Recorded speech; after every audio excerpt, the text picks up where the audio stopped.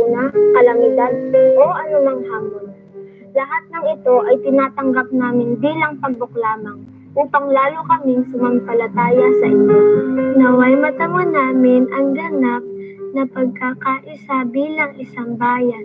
Turuan mo po kaming maging mapagkumbaba at laging unahin ang aming kapwa bago ang aming mga sarili, lalo na ang mga kapuspalad, mga dumaing at ang mga nais na marinig, pati na rin ang mga kababayan namin naghahatid ng mahalagang serbisyo sa kapwa, maging dito sa Pilipinas o sa ibang bansa.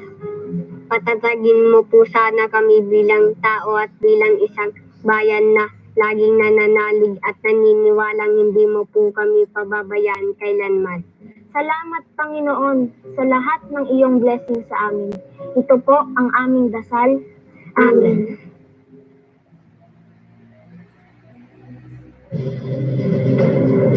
Ladies and gentlemen, honorable members of Congress, the President of the Republic of the Philippines, President Rodrigo Roa Duterte.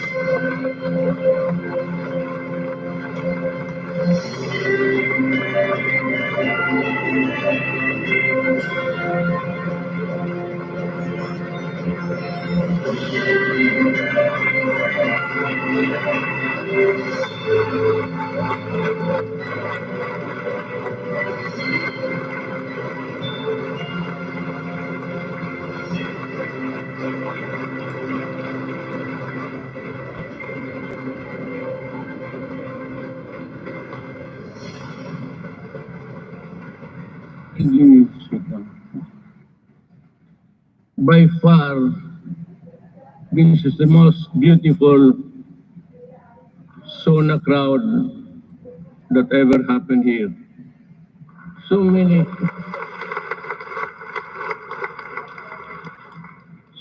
beautiful faces, and you only have to guess when you see the full face of the person. Senate President Senator Soto III and the honorable members of the Senate, House Speaker Lord Alan J. Velasco, and the honorable members of the House of Representatives, Vice President Maria Leonor Robredo, former Presidents Fidel V. Ramos, Gloria Macapagal Arroyo, Joseph Ejercito Estrada, the Chief Justice Alexander Gismondo, and the Justices of the Supreme Court, Executive Secretary Salvador Medialdia, and the members of the Cabinet, Dean of the Diplomatic Corps, His Excellency Archbishop Charles John Brown, and the distinguished members of the Diplomatic Corps. My fellow government workers, and of course, to my lovely wife, Hanilet, mga mahal kong kababayan,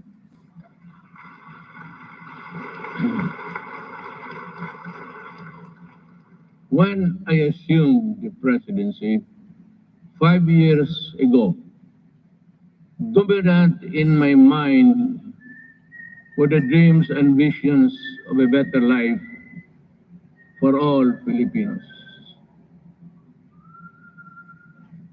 I saw them as reachable through the institution of reforms and radical changes in both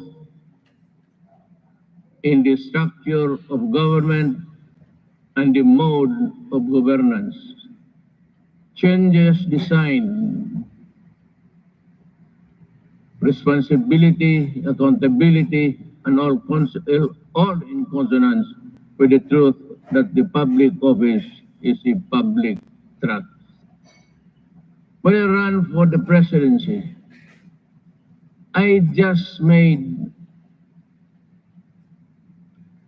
fundamental processes,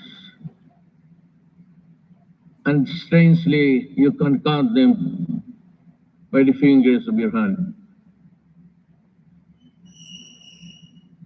I made those changes which I thought that was really, there was time and doable.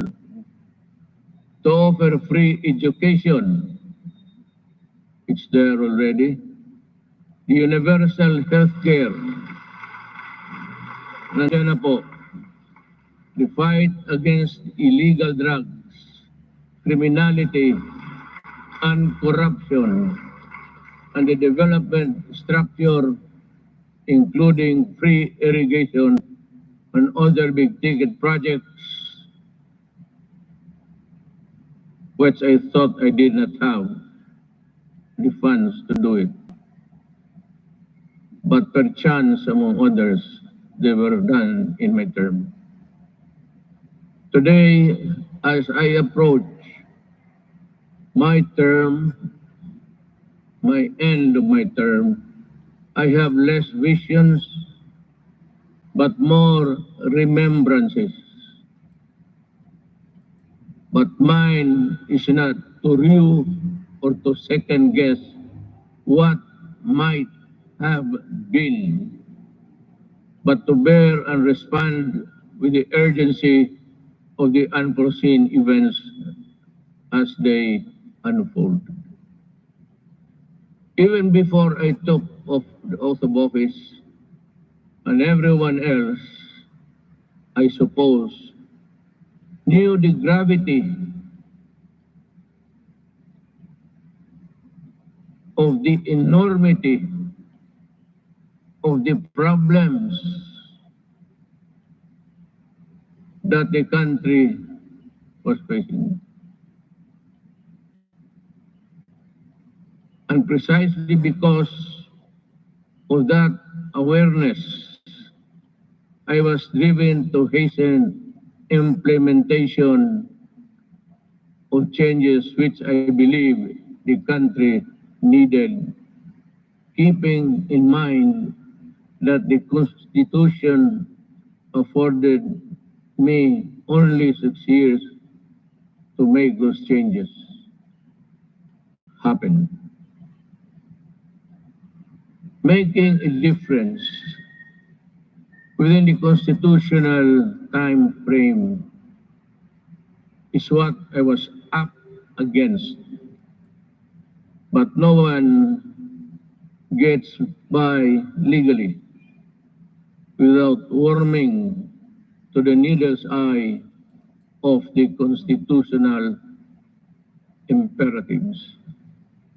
That is why I cajoled, I shewed, I pushed, and I tangled with men of wealth and influence who were oblivious to the angst and pleas of the weak and of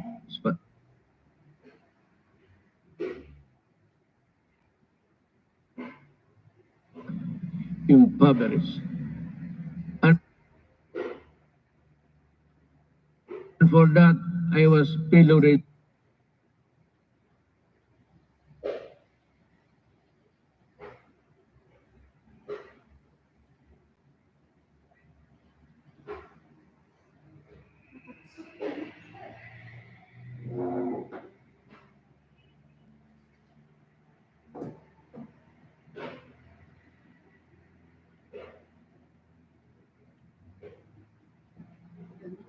Yes, very poor.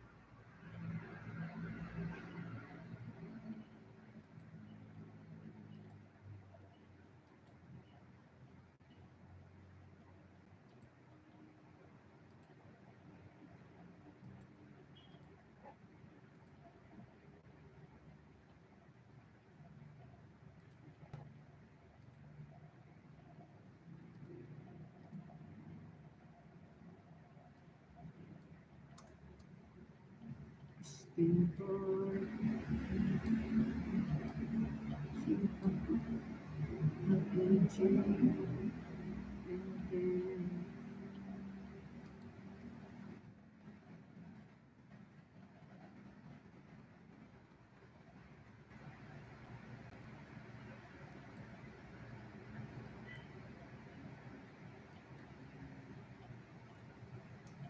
no end.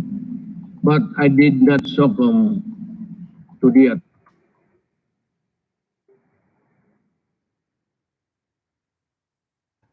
the network is nawawala. Sorry. Nawawala ang network natin. And you can also listen to the last song.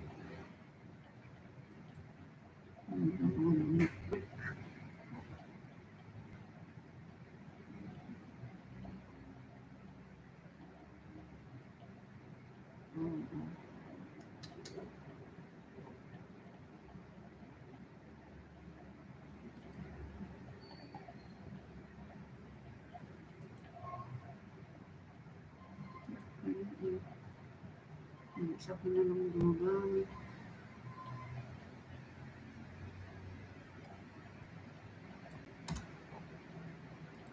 Simpas.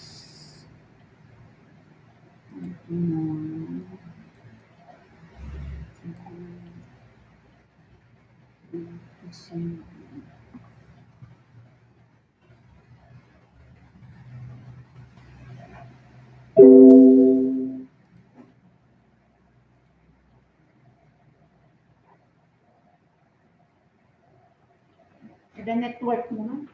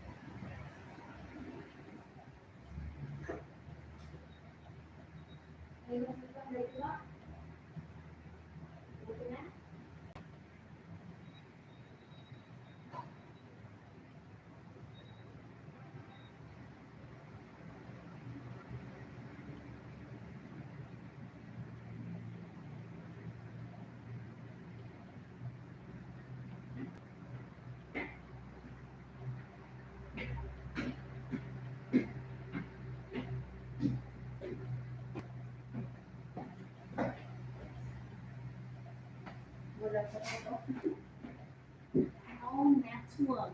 Why? attacks. There. And neither did I allow criticisms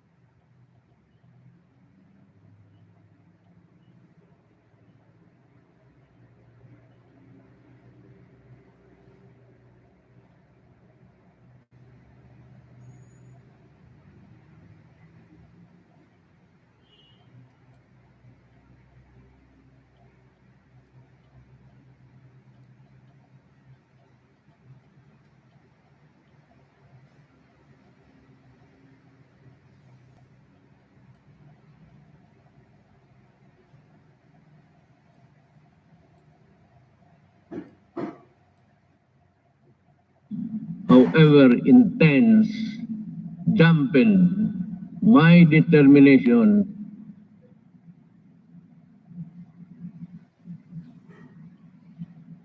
and initiatives because my purpose was pure and unpolluted.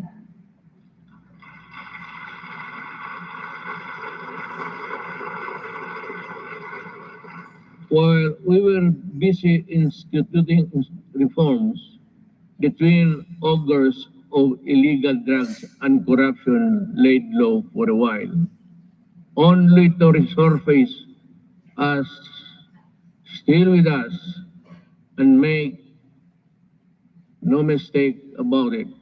Corruption is but another term of stealing people's money, dashing in its wake a nation's goals and aspirations. Due to the brilliant programs and excellent work of our economic managers and the extraordinary cooperation between the executive and legislative branches of government. Our economy, with investor confidence, was poised to leapfrog from the company into the company of the world's fastest growing economies until COVID-19 pandemic stalled everything. Be that as it may, allow me this opportunity to extend my personal and the nation's gratitude to all those who selflessly gave their all in the fight against COVID-19, our health workers and other frontliners who risk their own safety.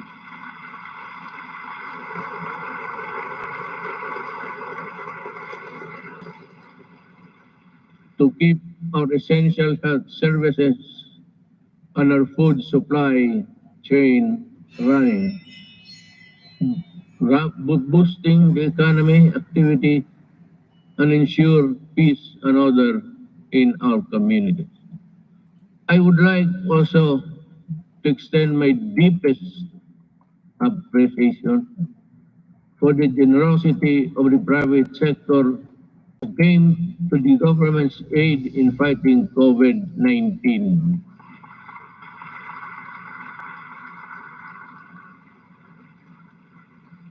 I am profoundly thankful for your sustained assistance to fellow Filipino.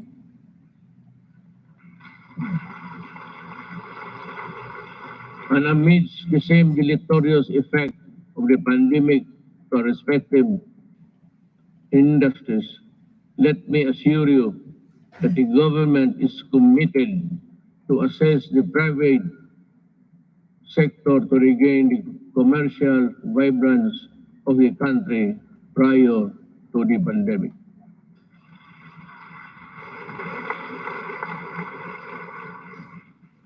To our local executives, this pandemic pushed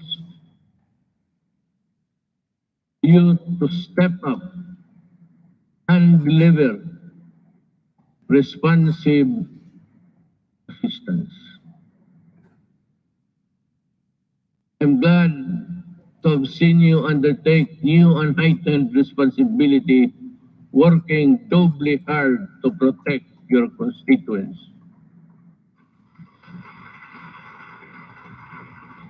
To the international development partners who extended a helping hand amidst the global health emergency, the Philippines remembers your kindness and goodwill with sincere gratitude.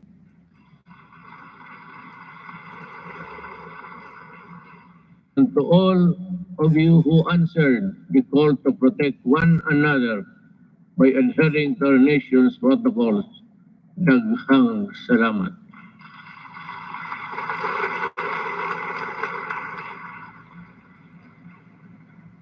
But then let me ask,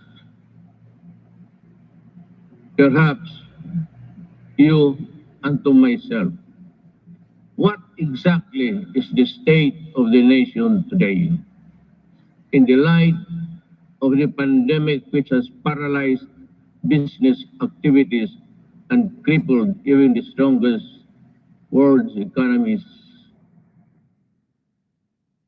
So, where do we go from here? Looking back to our accomplishments. In my first Sona, I laid down with utmost commitment and resolve the overall direction of my presidency. A comfortable life for all Filipinos anchored on a people-centered approach to development and governance. If I remember correctly,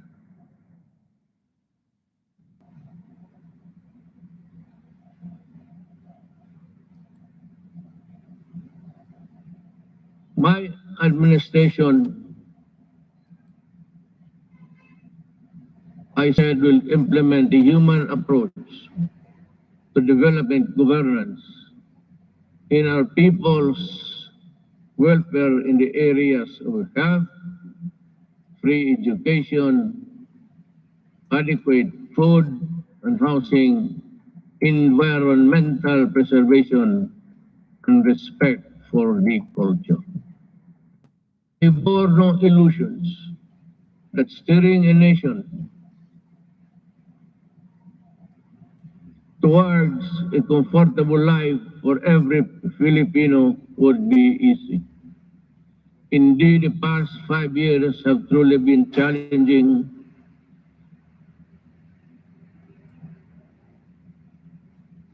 and humbling. I stand here before you today bearing no conceit, but if there is one thing that I could be proud of, is that not once did I waver in doing the unpopular, even if it meant upholding the greatest good for the greatest number.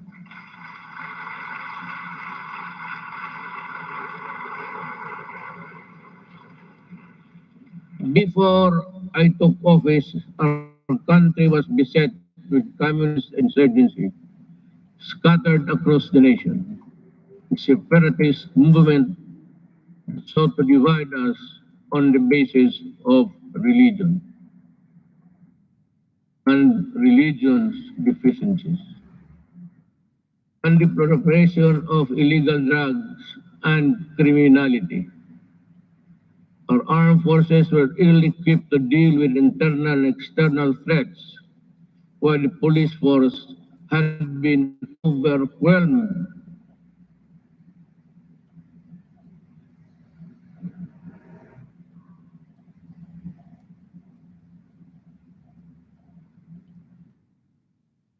by criminality and the drug trade problem.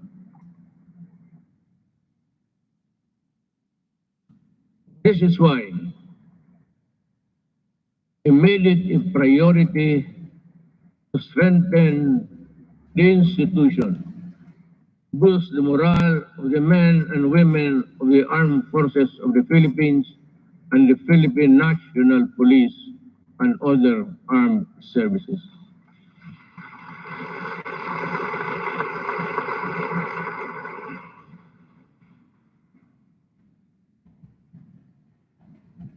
Again, I thank Congress for working with the Executive Department in enhancing capabilities of the AFP and PNP through our modernization program. In 2018, we raised the salaries of our military and uniformed policemen and personnel to a level commensurate to the critical role they play in upholding national security and maintaining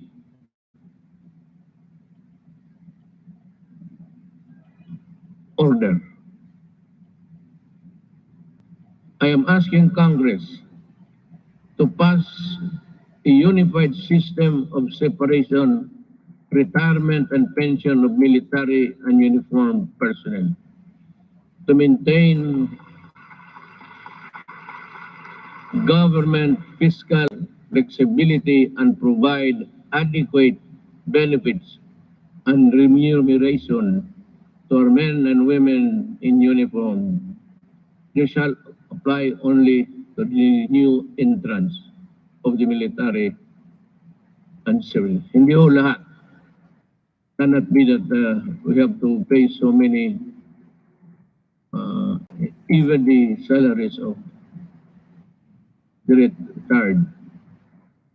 They get a chunk of the big budget. And if we include the new entrants, the funds available for them would not be enough. It is also high time for us to pass a law providing free legal assistance to AFP and PNP officers, enlisted personnel.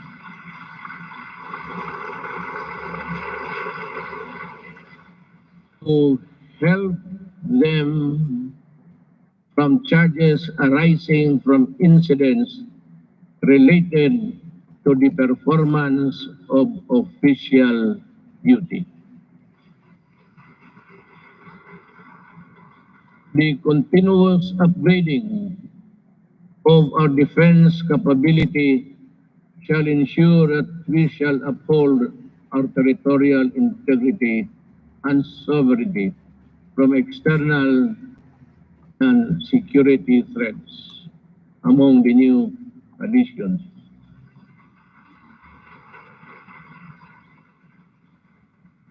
We welcome the country's two missile-capable warships to enable us to protect our seas by providing them with necessary equipment, by enhancing their professional capabilities, and looking after the families of the soldiers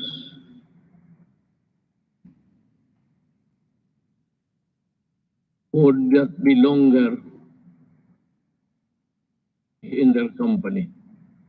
We do not only strengthen our military and police institutions, we also inspire them to serve this nation to the highest degree of loyalty and patriotism. We enable them to carry out their mandate to defeat all enemies of the state, whatever the cost. Indeed, I am proud of the accomplishments of our troops in securing our nation against all threats to our democratic institutions.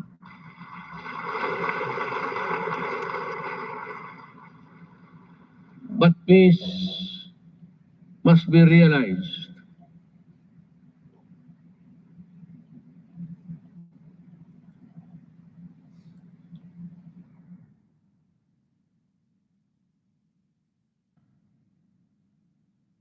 Peace and security is not only just a military concern. That is why we deviated from the traditional purely military approach in dealing with matters of national security. With the creation of the National Task Force to End Communist Armed Conflict, or NTF-LCAC, we have made good strides in addressing the root causes of this conflict by empowering our kababayans who have been used by the communists for many decades.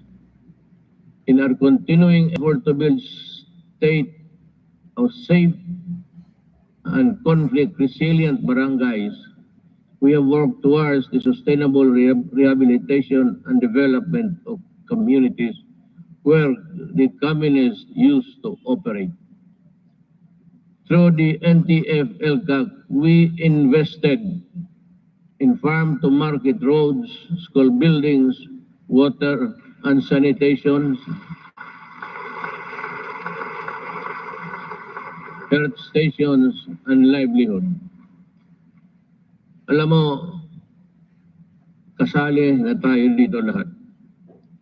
Always, every law or every regulation must pass Congress, of course, to the President.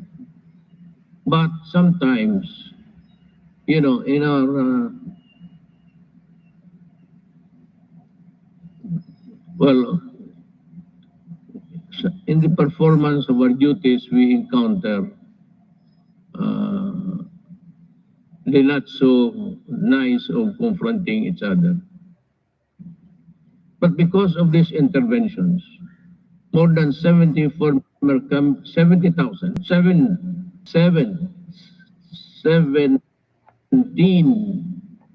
sorry, former communist rebels have surrendered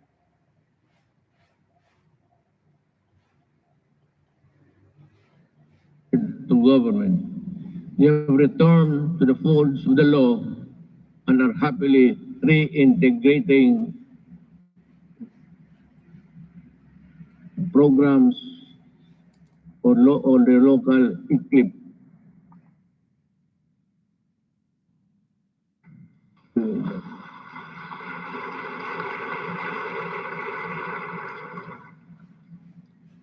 It's either I am talking too fast or too slow, or the operator of this thing here is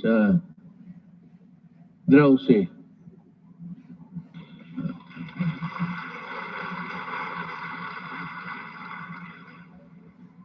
Maybe because I had so many ad-libs along the way. Marami akong akin lang.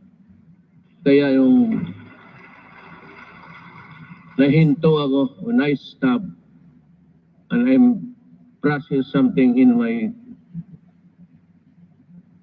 the gray matter between my ears. Hindi humahabol o hindi alam ng operator. Hindi bale, ma'am. Mahal pa rin kita.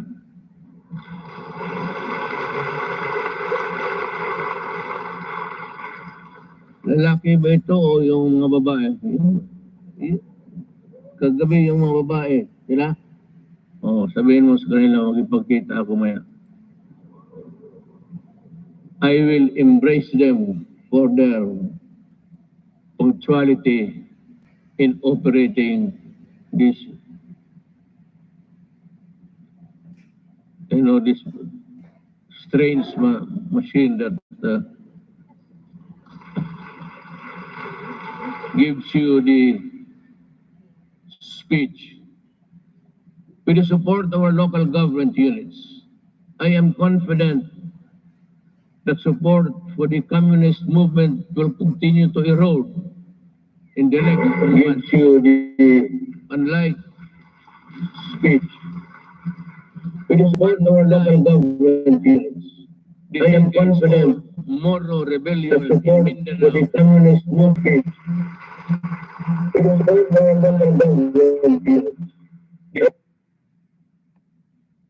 sa totoo lang itong komunista, college pa ako. Hanggang ngayon, ang mga sige pa rin. So, speech pa lang ito, kunwari lang, pero ang totoo, there's a lot of fighting going on in the countryside. But I'd like to credit the police and the military for destroying so many communist fronts. I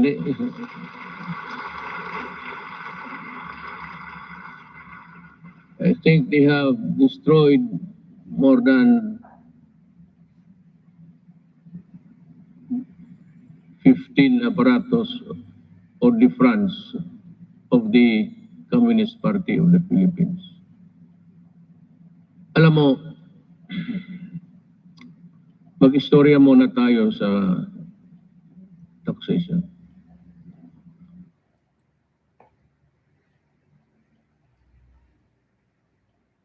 I'd like to be frank with you. Everybody in this country are paying taxes to the Communist. The Communist Party earns billions, but pass on a little to their fighting men who die for an ideology that is so rotten and corrupt. They themselves are pocketing the money, and their children are studying in Europe and in other places, which I think none of you here can finance such journey. Yan ang masakit dito. They collect taxes, support season in Netherlands, and they do nothing but bad-mouth government and mouth war dogmas and everything. Hindi na sila napagod. It's about 53 years in the making. And until today, the poor people are dying. The cadres, and most of them belonging to the indigenous tribes of our country, are fighting a losing battle between communists and the government. They waste lives, they enlist children, and they are proud of it, but they deny it. But when you go to the mountains, such as I and Senator go many times, even during the elections, they were there with so many arms that I think somebody, an idiot here in the Philippines, supplied the firearms. I'd like to ask Congress, especially Senator Bato, kindly dig on, because we have identified the person who imported the AK-47 into this country on the pretext of using it in the security, providing security and guards in all, in business establishments, and for those who can afford their home. This policeman, I think, is still there. He was a colonel, and she is still, walang nangyari. At maraming sundalong namatay dahil sa mga armas na pinasok nila dito sa Pilipinas. So that my orders today to you, if you see them walking around, kindly shoot them dead. We will be happy. Anyway, you're already charged in the ICC together with me. So what is the problem of adding another one? Another idiot Filipino who has caused great damage to our country. Yan ho ang totoo dyan. At itong mga pulis, but let me go back in time. When I first said I will fight drugs in 6 months, I thought it was like in Davao. You can either coerce, intimidate, or bribe them, or give them money. I said, lumabas kayo ng Davao, doon kayo magkalat sa Luzon at sa ibang lugar. Huwag dito sa Davao. Naniniwala ang mga ulol at we were able to attain a sense of normalcy in the city.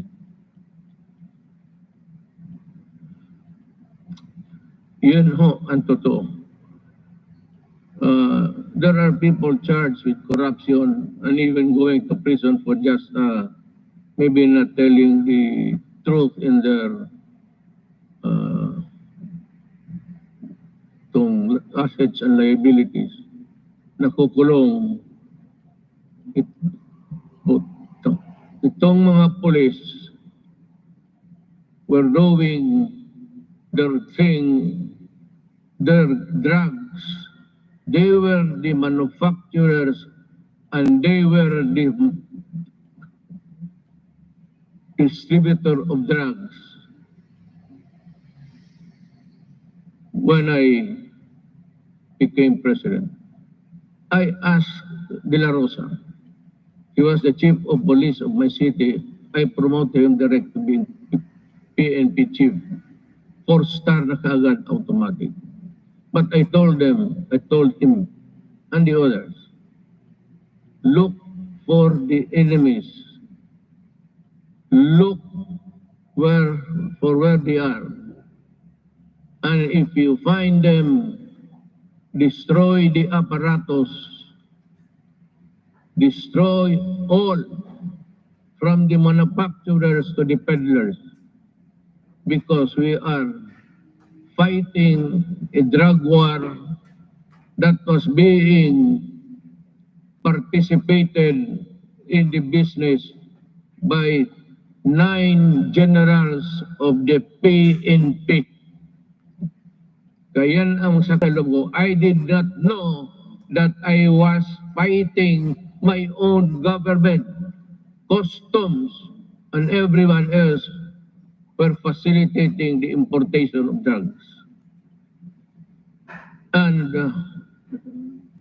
one importation, as you can see it every night on TV, the police now sees about almost 1 billion worth of drugs every day. And if you look at the 888, there are about 1,000 Filipinos arrested every day by the police in connection with drug trafficking. And that is why I go crazy looking at the situation. They are still around. We do not have the laboratories now because nawala na sila. Itong naiwan ngayon are doing the importation. The citizens of another country cook their shabu in their tawag itong in their tugboat or something, and they throw out the product contained in the plastic bags and with the GPS attached to the contraband so that the importers here could find them easily. That is how we are fighting, almost losing a battle against them. And now, the Sinalosa gangsters of Mexico and the triad of Laos in that area. They are busy cooking, and we have Filipinos here with nothing in their mind except to destroy a nation, distributes them. That is what I said. I've been asked the question, and several times I gave the answer. I am a Filipino, and I love my country. I do not want my country in disarray because of drugs. I do not want families break up and become dysfunctional. Yun ang masakit sa akin. If you want to destroy a family, look for a way to the member or the resident of that family home. Ito mga droga. Pag nandyan na yung droga at they are hooked, and that is the end. Sometimes families are separated because of drugs, becomes dysfunctional, at yung mga masawa magpunta doon sa abroad ka to look for jobs. And you know, in the Middle East, I am not attributing it to any particular country. But there are tribes in the Middle East who are employing our Filipino citizens, and they are uniformed. Everybody who comes here home asks them how many hours of sleep they have. Said it's only 3 to 4 hours. And the food is hagwas. And they sacrifice because they send money to the families back home.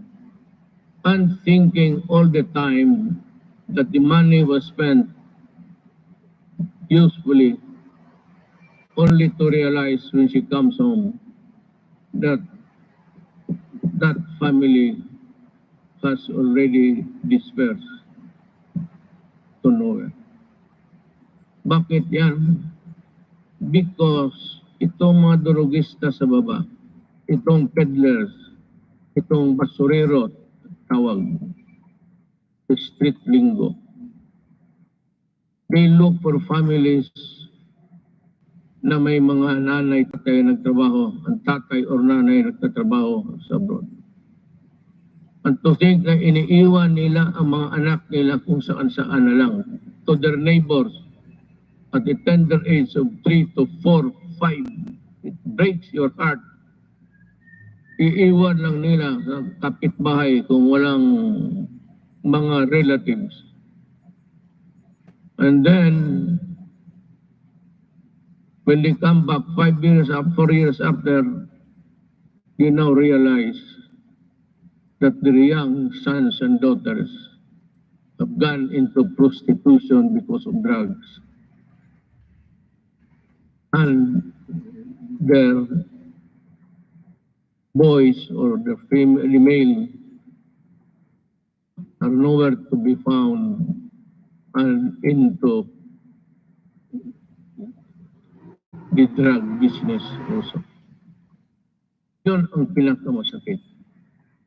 Masakit sa akin na ang Pilipino pumunta doon para magtrabaho because sexual abuse in some tribes in the Middle East have this notion that if you are a slave or you are a paid person working for them, sexual abuse becomes part of the territory. Kaya dyan ako pumuputok at nakakita ko yung mga pamilya na sira. And to think that they labored without sleep, eating, I said, garbage, and not being allowed to go to their own church to pray, well, that is prohibited by them. And we have been, just because of the money that they get, we just look the other way around, but still being, bothered every night, and they, what will happen to the next succeeding group of. That is why I have in this speech, I talk about slavery. Pero yan, pagprangka ako, I have never denied, and the ICC can record it. Those who destroy my country, I will kill you. And those who destroy the young people of our country, I will kill you. Talagang nangyayari ito because I love my country. We all can do it the legal way, but it would take you months and years. And you know what? These statistics I just learned the other night, that plenty of those who are in the middle class have been released from prison despite the fact that they are charged of trafficking which is non-bailable, and most of them are out. Babae pati lalaki ang kaso. And that is why I said, I toyed with the idea. I said, if there is still space, with due respect to the Senate President, he is a good man. He can become a good Vice President. He is holy. Ngayon, hindi na siya nahuli. Noon, huling-huli siya. But with due respect to Senator Soto, who's also running for the Vice Presidency, he is a capable man, a good man, and a Filipino.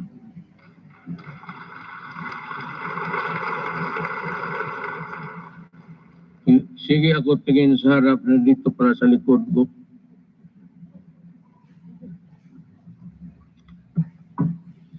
You know, you are old. I've been in politics, mayor for 23 years. 5 years as a congressman dito. I work here. And 4 years working as vice mayor for my daughter, Sarah. And the presidency. I've been in politics almost 23 plus 4 plus 2. Almost 40. Kaya kung hindi ko na malaman ang seat arrangement dito, hindi ko alam na noon pa ang mga Senate President pati. Butit na lang hindi ko sinali si Velasco. Baka hindi na ako makabalik doon maya. Bale, dito na ako uwi. I have said many times before, the bloodshed caused by the separatist movement in Mindanao is all about correcting the historical injustice suffered by the Moro people. Since the period of colonialization, with the help of Congress, we were able to pass the organic law for the Bangsamoro Autonomous Region in Muslim Mindanao.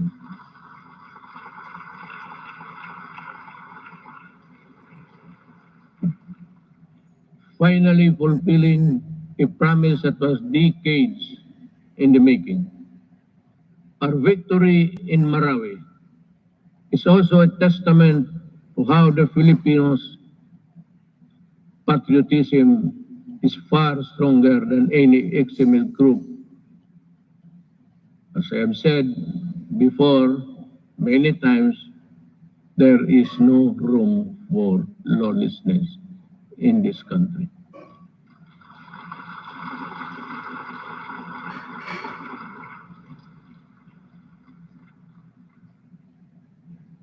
Rebuilding a better Marawi remains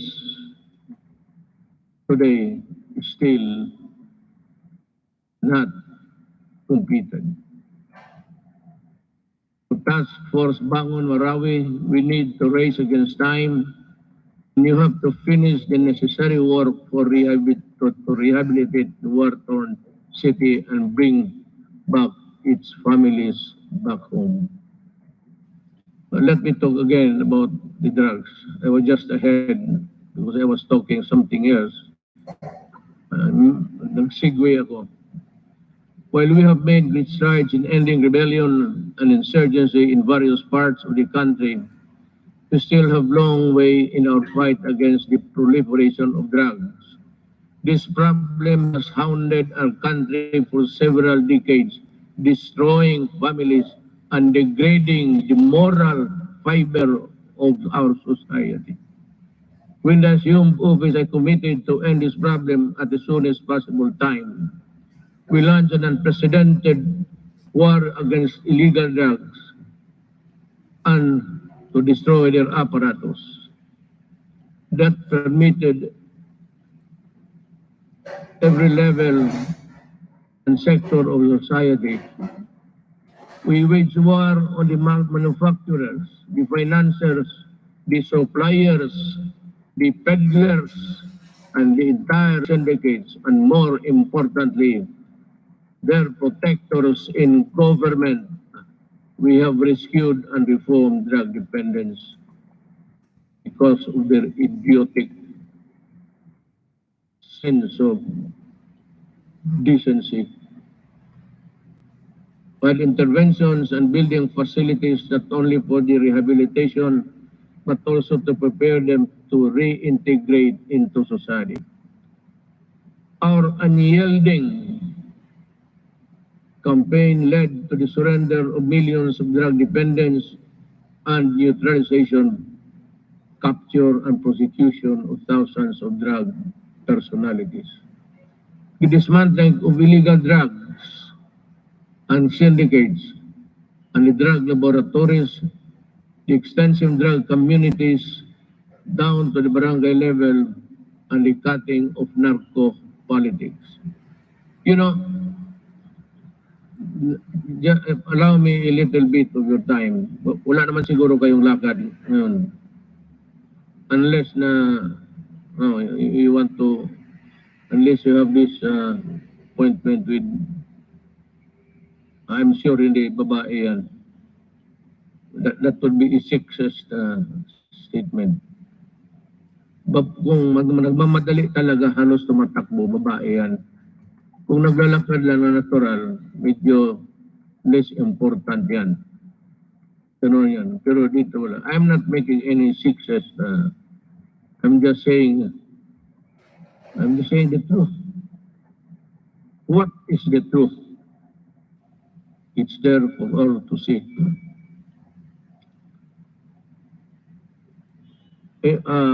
Let me talk about our quest for infrastructure development.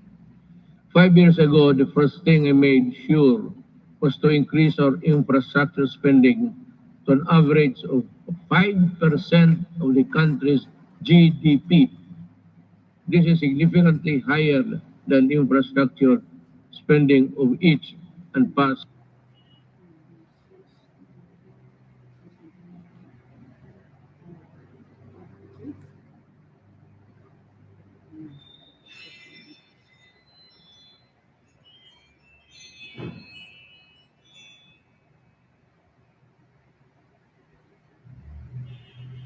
Wala na namang networker.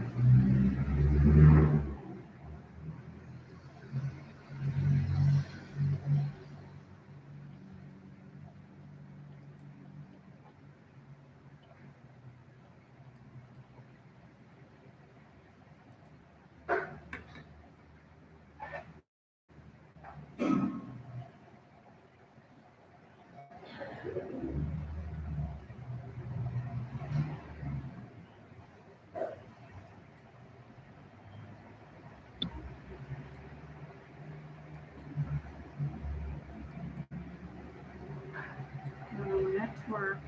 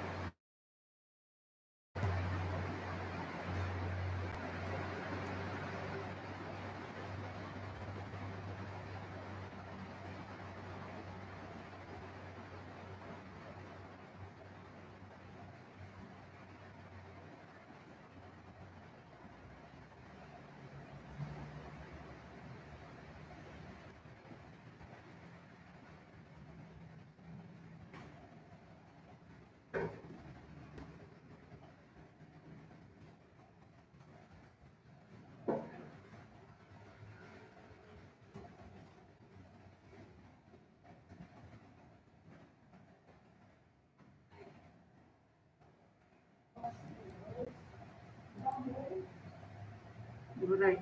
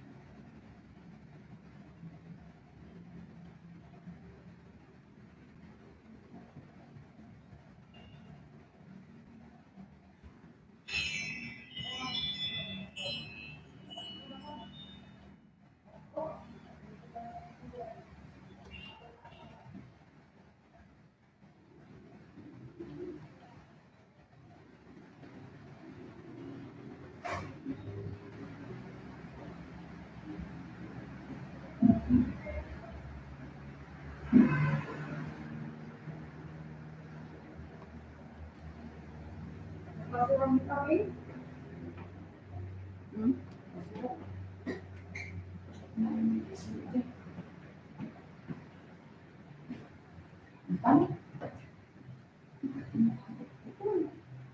Dito ko.